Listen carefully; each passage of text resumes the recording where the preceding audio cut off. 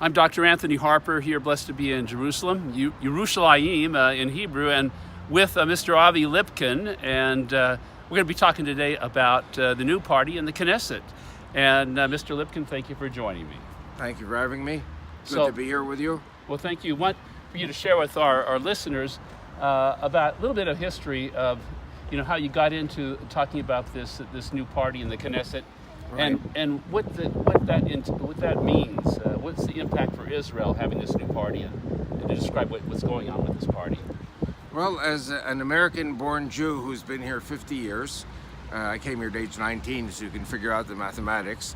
I was raised to believe that there should not be taxation without representation. And when I came here, and I was very much a nationalist Jew, still am, but I noticed that there is an entire population in Israel called the Christians, and they're totally disenfranchised. Now, until 1988-89, the Christians in Israel were basically 2%, which was below the threshold. It's not enough to get into the Knesset. Arabic-speaking Christians, half are Catholic, half are Russian or Greek Orthodox. They don't get along. They're divided against each other, and so basically, the only people who got into the Knesset were nominal Christians who, by ideology, were really communists. And communists don't believe in God, and they don't believe in the Bible, and they don't believe in anything. For them, it's the one new man in Marx.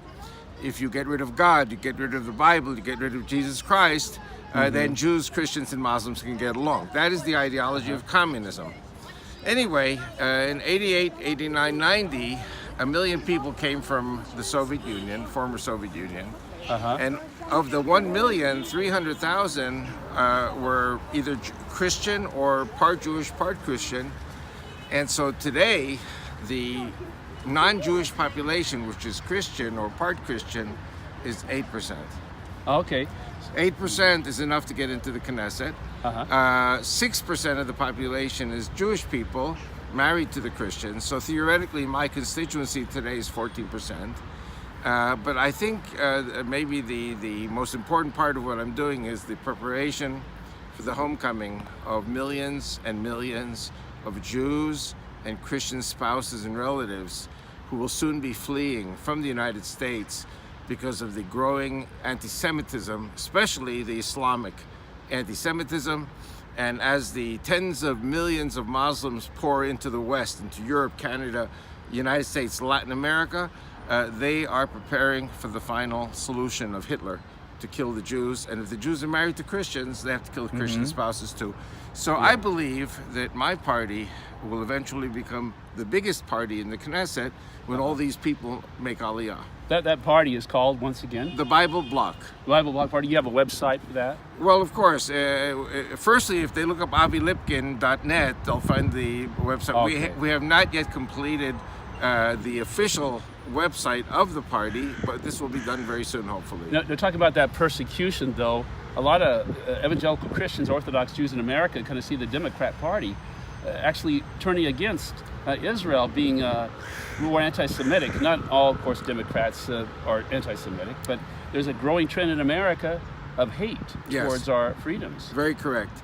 Again, I was born in the United States 70 years ago, and when you spoke about anti-Semitism 70 years ago, or 60 years ago, or 50 years ago, you're talking about Nazis or neo-Nazis. Right. Today, the people who are part of the Democratic Party in the United States or the Labor Party in the United Kingdom, their ideology is ultra-left, ultra-socialist, anti-God, anti-Bible, anti-Semitic, and anti-Christian. So there's an anti-Semitism not only from the Nazis and neo-Nazis, it's an anti-Semitism from the left. And of course, there's the classic anti-Semitism of the Muslims who call for the destruction of the Jews on Saturday and the Christians on Sunday. So this is a no-brainer. I mean, I don't understand how people don't get it. But of course, the mainline media in the U.S. would never have me say this, even Fox News. Yeah, a serious problem. And along with this anti-Semitism, I know there's the issue of desecration of Jewish and Christian cemeteries also around the world. Well, this is minor. This is minor. Might compared to these other things. Compared to the plan by Islam to collect guns weapons of all kinds in the United States. Right. The Muslims don't believe in gun control, and the Jews, forgive me for saying it, the stupid Jews believe in gun control, and they're the ones who are going to be killed by the people who don't believe in gun control, who are the fanatic Muslims. Okay. And of course, if a Christian lady is married to a Goldberg, they've got to kill the Christian Mrs. Goldberg too, and the children. There's going to be a plan of Holocaust B of the Jews and the Christians who are connected with the Jews. By the way, this includes Messianic congregations, this includes Calvary chapels, this includes churches that are pro-Israel, pastors that are pro-Israel, anyone who smells of the Jews or the Bible or God, and of course Jesus Christ was a Jew also. Well, of course. Now, what is the reaction in Israel to your party? I've heard from some Orthodox, maybe ultra-Orthodox, they don't want Christians to be in the Knesset. Very correct. The question is God asking the ultra-Orthodox for their permission? Okay. Also, our borders, I believe, are going to grow.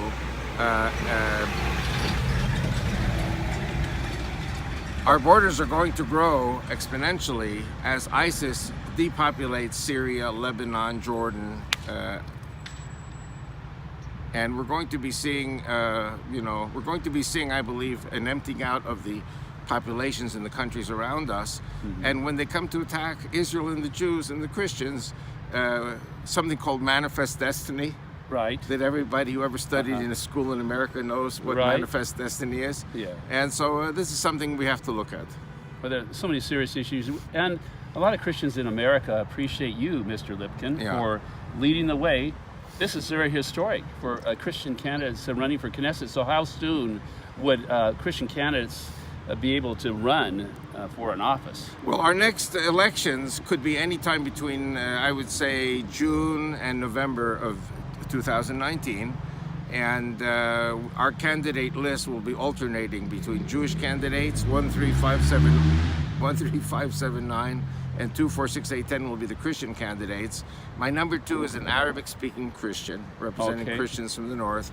We're going to have Russian Christians, Ukrainian Christians, Armenian Christians, Messianics, I imagine a few American Christians too, but until now American Christians are very few, very sparse in Israel. So what I'm doing actually is putting together a rostrum of all the different Christian population groups in Israel.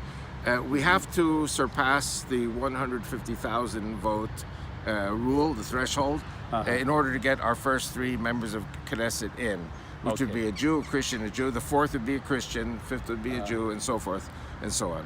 What would the final message be to the Christian viewers of our program? Well, as an American, I'm still an American. When I get into the Knesset, God willing, I will have to give up my American passport by law. If you're an Israeli Knesset, you have to give up your any foreign citizenship. But I love America, and I'm very concerned for America. And I'm hoping that President Trump will be the last hope of salvation for the American people, and I hope he is healthy. I hope he survives the next 2 years and the next 4 years after that. Maybe he can fix things, but from what I see today, the media in general is totally blind to the threat of Islam, to the United States, to Christianity, to the Jews. And so my work is, I've been preaching in churches 29 years. I've been in dozens of Calvary chapels. I love the Calvary chapels. I've been with Chuck Smith, and I spoke in Costa Mesa. Right, I remember that. And I spoke with Skip Heitzig, Gary Cohen in Albuquerque, and of course I spoke in Philadelphia with Joe Focht. A lot of churches know me, but now I'm going through the metamorphosis. I'm going from being a caterpillar to a butterfly, and being a politician in Israel. I'm the Jewish Huckabee, and hopefully we'll be able to get this party into the Knesset in the next elections. And hey, if we don't succeed in the next 9 months, then we will just keep campaigning for the next election 4 years down the road. Well, hopefully Governor Huckabee will be able to help get the word out about this and so many other important issues. I know that you speak in churches, you just said that. So for those that would like for Mr. Lipkin to speak in your church, he's welcome. He would love to do that. And for more information, once again, remind them of your website. AviLipkin.net. Just very simple. And they'll learn all. You can find all the information you want to know about the new party for the Knesset for Jews and Christians to be in leadership in the Knesset. So what a blessing to be with you, Ms. Thank Lipkin. you. Also, I have like 300 free YouTubes Okay. and Christian TV shows I've done. I've been on Fox News. Oh, okay. And Wow. so I've been. It's all free. If you look up Avi Lipkin YouTubes, it all pops up. It's all there. Yeah. So what a blessing to be here in Jerusalem with Mr. Avi Lipkin. Thank you.